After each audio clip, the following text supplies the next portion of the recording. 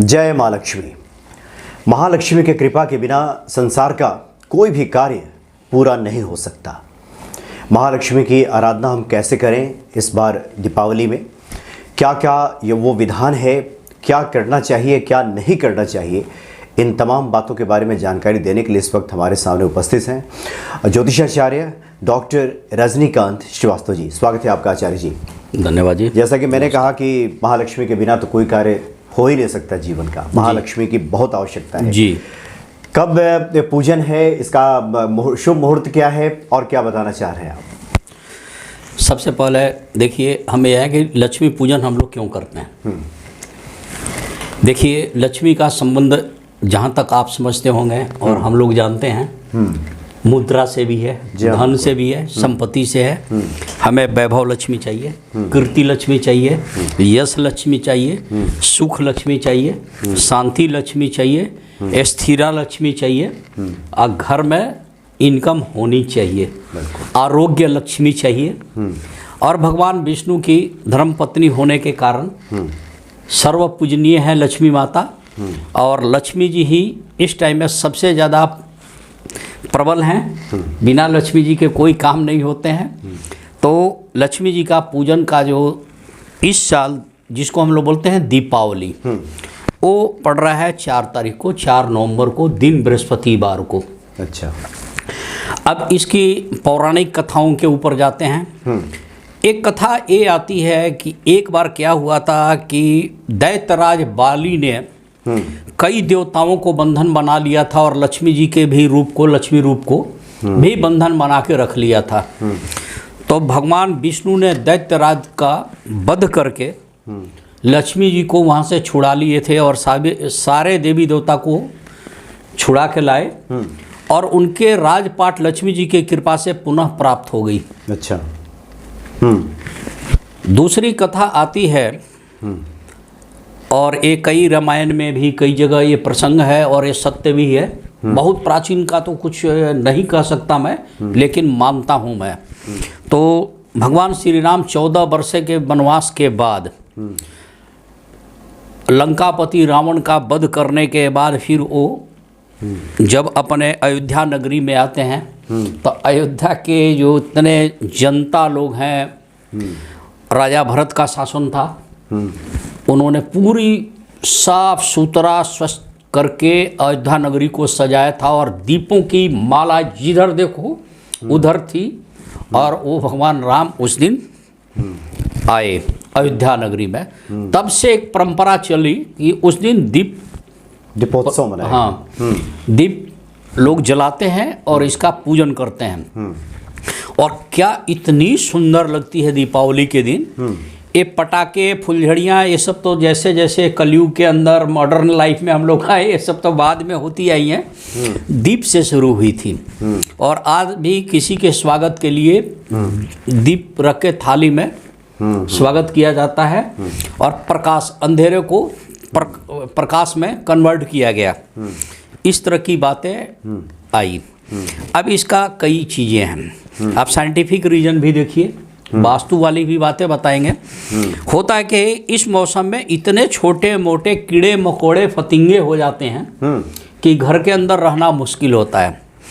एक दीपक कहीं भी आप जला दें तो आसपास के सारे छोटे मोटे कीड़े मकोड़े सब उस पे आके स्वाहा हो जाते हैं, सब समाप्त हो जाते हैं। तो उस दिन पूरे दीप से सजाई जाती है। अब तो फुलझड़ी, ये जो बिजली के जो झालर ये सब अब लगाई गई हैं। पहले तो दीप मिट्टी के दिए में वो चलाते हैं और हम अभी भी हम लोग कोशिश करते हैं कि दिया ही जलाइए, दिया जलाइए और उसमें, ताकि कीड़े मकोड़े सारे उसमें मरे उस दिन और उजाला हो। अब आती है कि उस दिन लक्ष्मी जी की पूजा हम लोग कैसे करें। लक्ष्मी पूजन के लिए सबसे पहले ये ध्यान रखा जाता है कि साफ सुथरा, लक्ष्मी जी को सफाई बहुत पसंद है।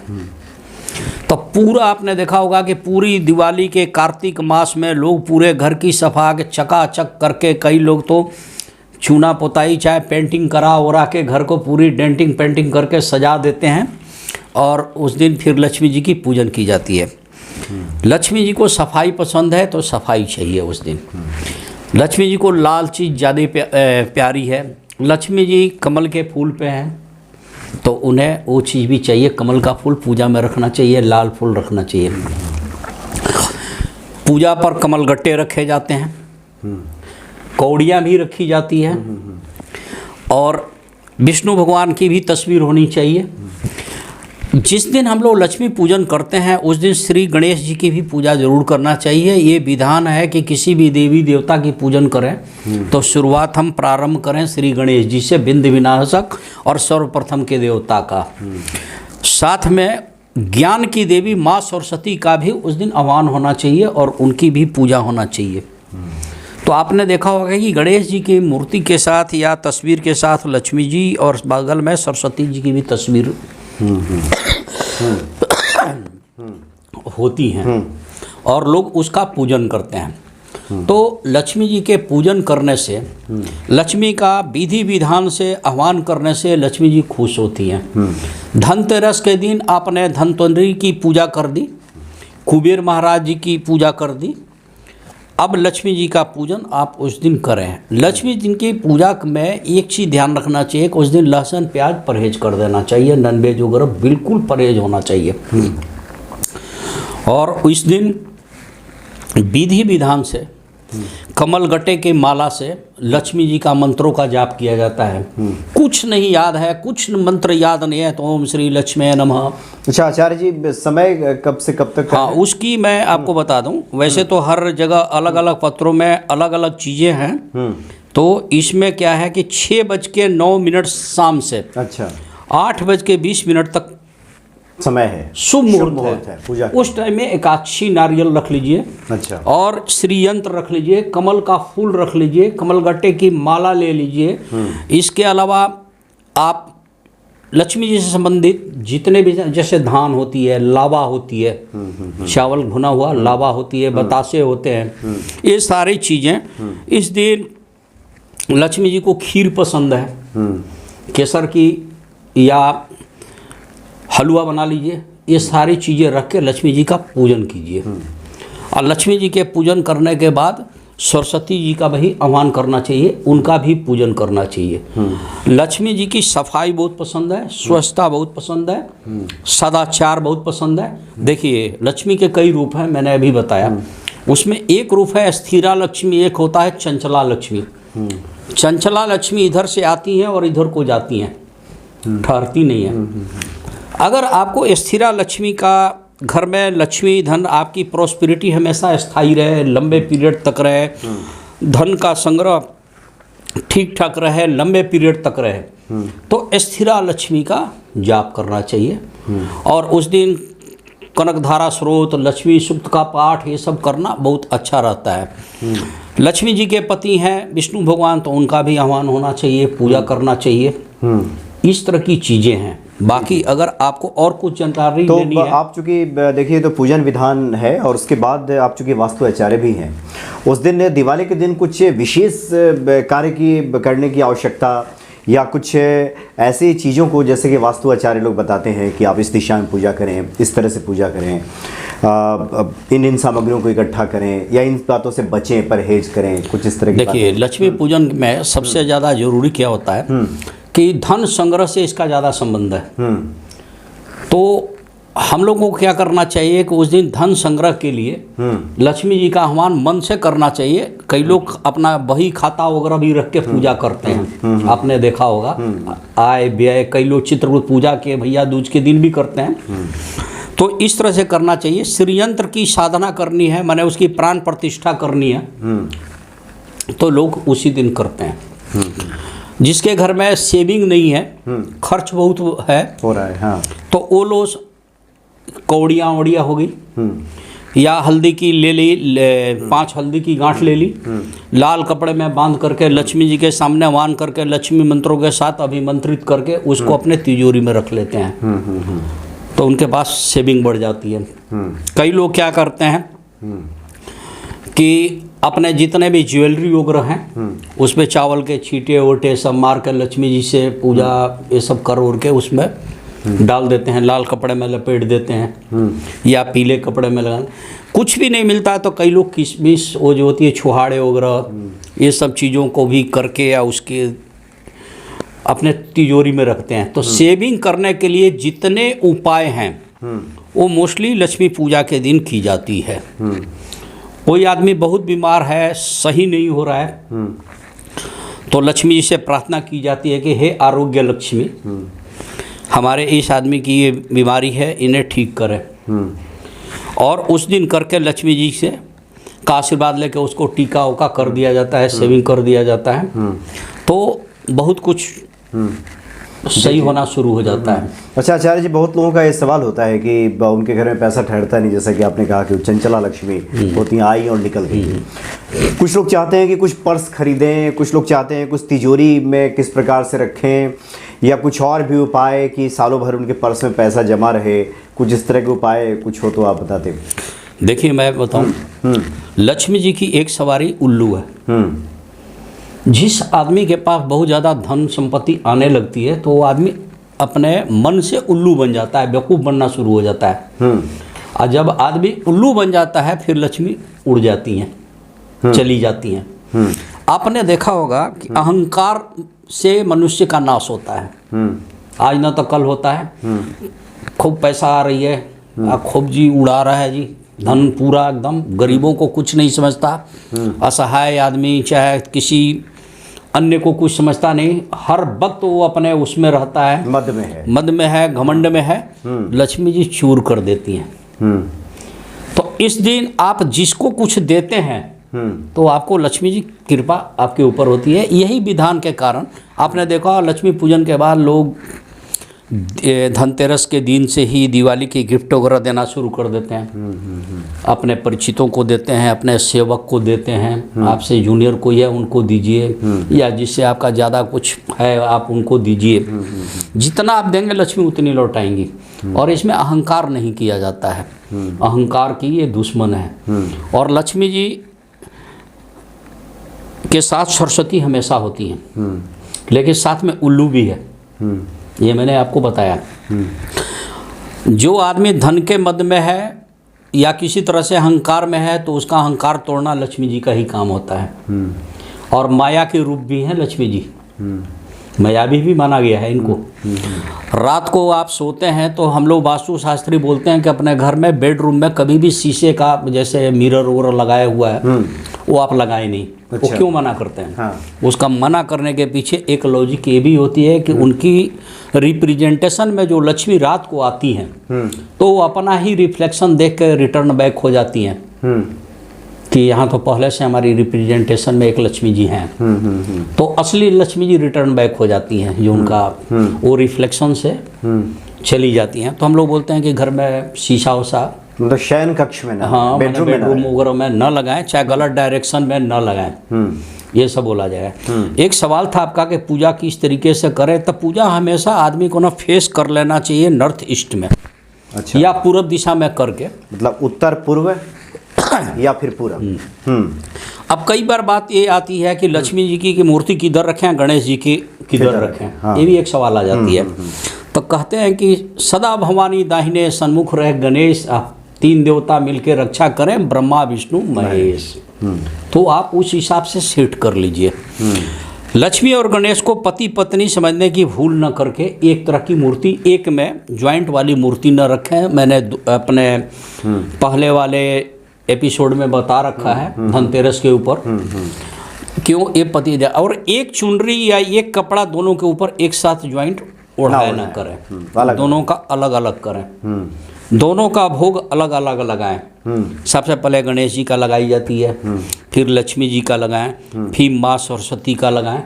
लक्ष्मी जी से सुख शांति धन संपत्ति आरोग्य, और सरस्वती जी से ज्ञान बुद्धिमता ये सब मांगे।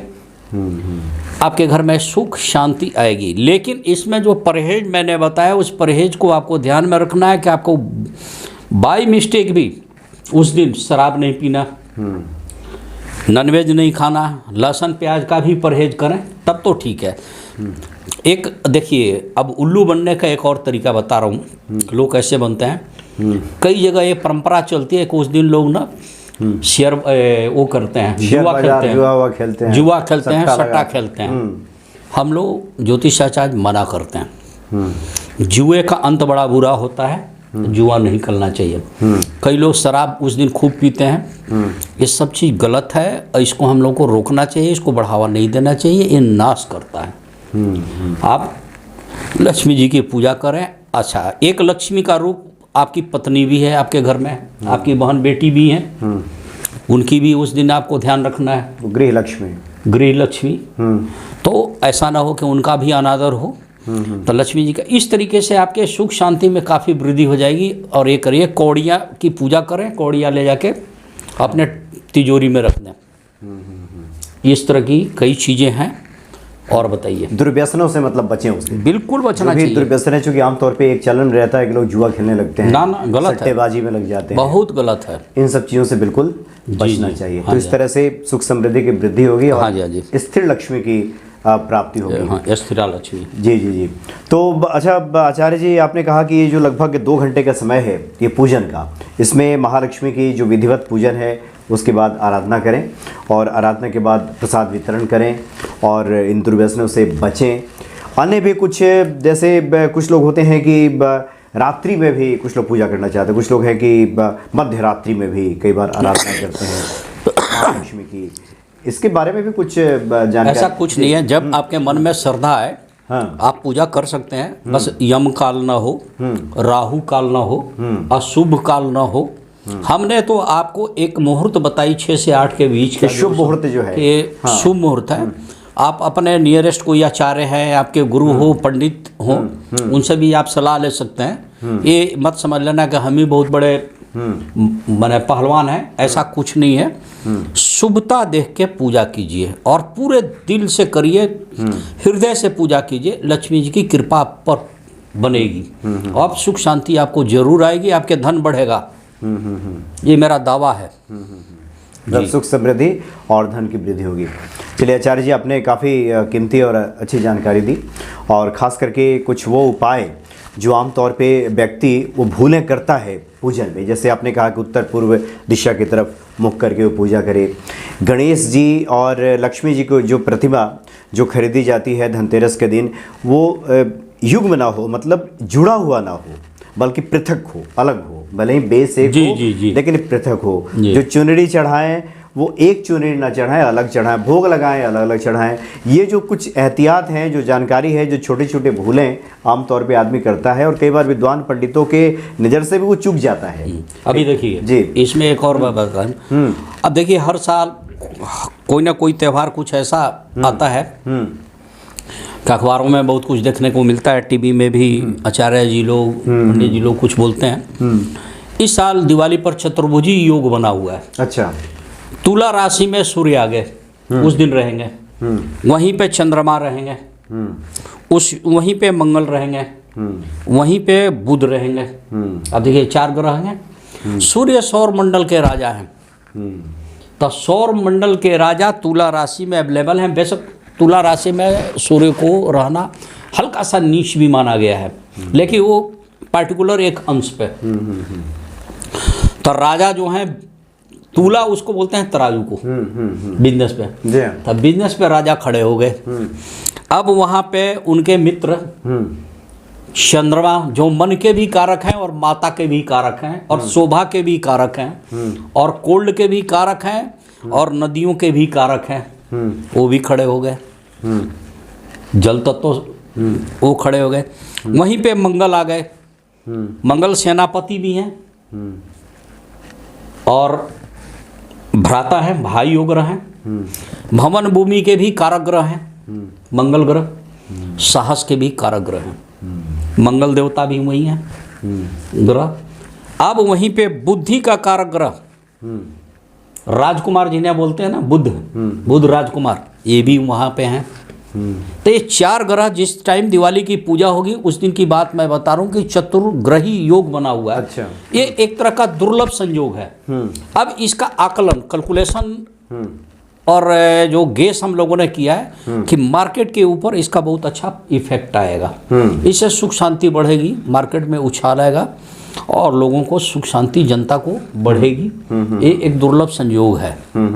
मतलब एक हम फलाफल के तौर पे देखें, हाँ जी, हाँ जी, हाँ जी, हाँ जी। एक सामूहिक तौर पे हाँ देखें जी, हाँ तो। जी। अच्छा आचार्य जी, बहुत सारे वैसे तो राशियों के अनुसार से चर्चा की जाए तो काफ़ी लंबी चर्चा हो जाएगी, लेकिन फिर भी ये एक संक्षेप में आप बताएं कि क्या कुछ ऐसी कुछ खास राशियां हैं जिस पे इस बार महालक्ष्मी ज़्यादा मेहरबान होने वाली हैं?